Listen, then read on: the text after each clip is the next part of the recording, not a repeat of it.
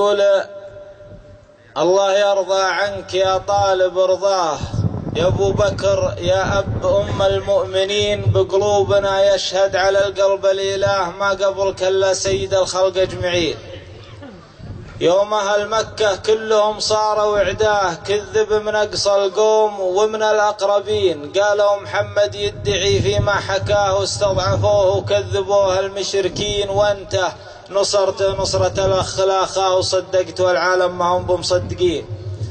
يا مقدم للدين ما تملك يداه، يا أول من أسلم من رجال المسلمين، يلي عشان الآخرة بعت الحياة، يا خيرة أصحاب النبي الطاهرين، في هجرته هاجر معه والله معاه، هو صاحب بالغار هو ثاني اثنين، أحيان يمشي قدمه ونوب وراه، خايف وخوفه والله إنا عارفين، أبو بكر خايف على نفسه حشاه، خايف على المرسل هدى للعالمين.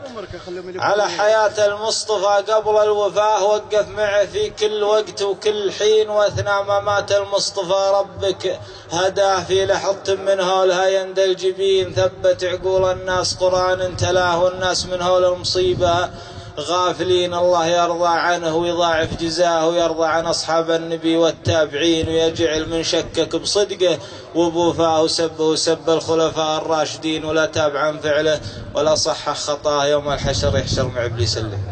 سلامتكم.